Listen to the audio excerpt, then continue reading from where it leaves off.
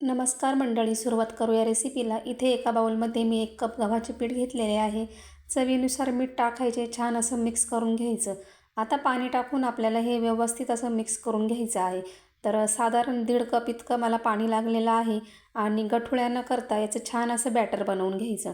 तर तुम्ही बघू शकता ह्या पद्धतीने मी हे बॅटर बनवून घेतलेलं आहे। आता एका पॅनमध्ये तेल टाकायचं। तेल गरम झाले की याच्यामध्ये आपल्याला अर्धा चमचा जिरे, अर्धा चमचा मोहरी टाकायची आहे। चिमूटभर हिंग टाकायचा, 1 चमचा चणा डाळ, 1 चमचा सफेद उडीद डाळ टाकायची आहे। काही सेकंदांसाठीच हे परतवून घ्यायचं आहे। एक मध्यम आकाराचा कांदा बारीक चिरून टाकलेला आहे। 2 हिरव्या मिरच्या बारीक चिरून टाकायच्या। 5 ते 6 कढीपत्त्याची पाने बारीक कट करून टाकलेली आहे। 1 टोमॅटो बारीक कापून टाकायचा। चवीनुसार मीठ टाकायचे आणि पुन्हा आपल्याला हे 2 ते 3 मिनिटांसाठीच परतवून घ्यायचे आहे। तर आता आपल्याला हे सर्व मिश्रण ह्या बॅटरमध्ये टाकून घ्यायचे आहे। आता आपल्याला हे व्यवस्थित असं एकदा मिक्स करून घ्यायचं आहे।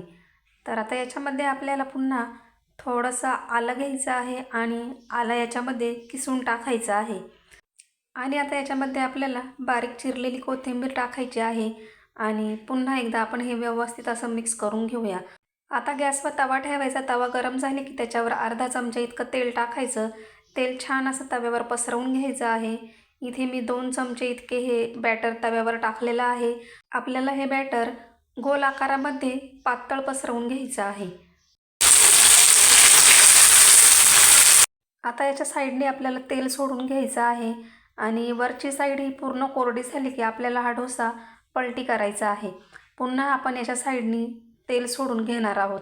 तर तुम्ही बघू शकता छान असा याला सोनेरी कलर आलेला आहे आणि खालची बाजू देखील छान अशी भाजलेली आहे।